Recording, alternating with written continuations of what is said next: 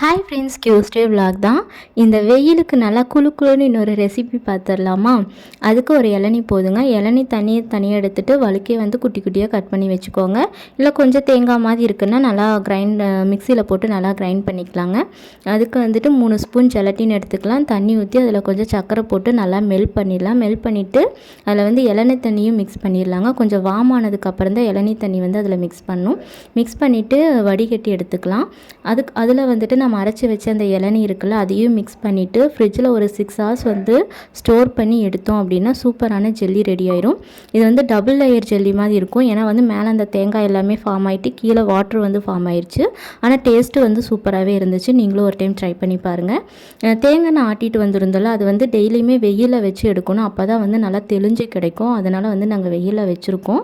அது தெளிஞ்சதுக்கப்புறமா உங்களோட ஷேர் பண்ணிக்கிறேன். இந்த விலாக் பிடிச்சிருந்தா லைக் பண்ணிக்கோங்க. என் சேனல் பிடிச்சிருந்தா சப்ஸ்கிரைப் பண்ணி